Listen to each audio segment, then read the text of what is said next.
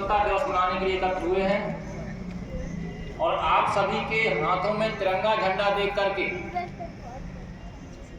गौरव महसूस हो रहा है कि निश्चित तौर पर आप लोग इस देश को बहुत आगे तक ले जाएंगे।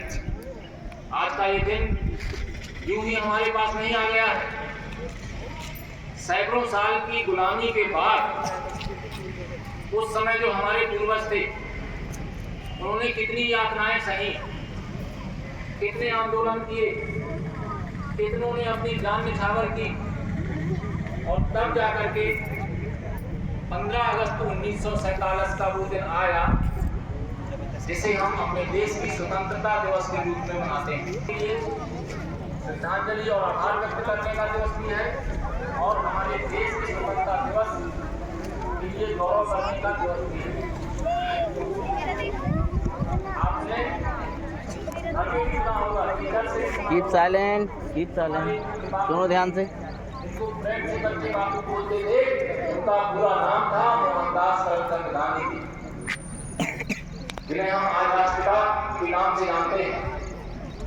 उन्होंने बिना कोई हथियार लिए केवल एक लकड़ी के सहारे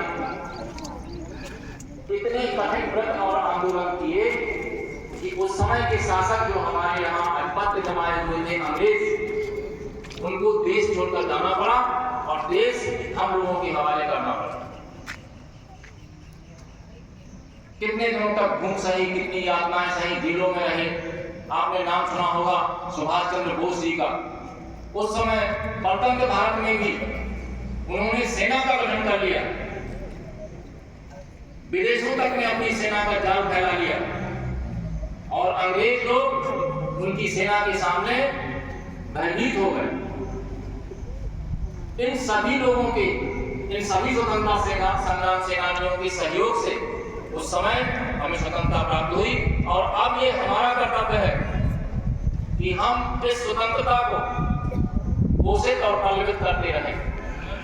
हमारे अंदर जज्बा होना चाहिए। सभी बच्चों के लिए ये ध्यान देने की बात है कि हमें कभी भी उन स्वतंत्रता संग्राम सेनानियों के बलिदान को भूलना नहीं चाहिए। तो आप सभी को इस स्वतंत्रता दिवस पर ढेर सारी शुभकामनाएं। एक बार फिर से मेरे साथ बोलेंगे, भारत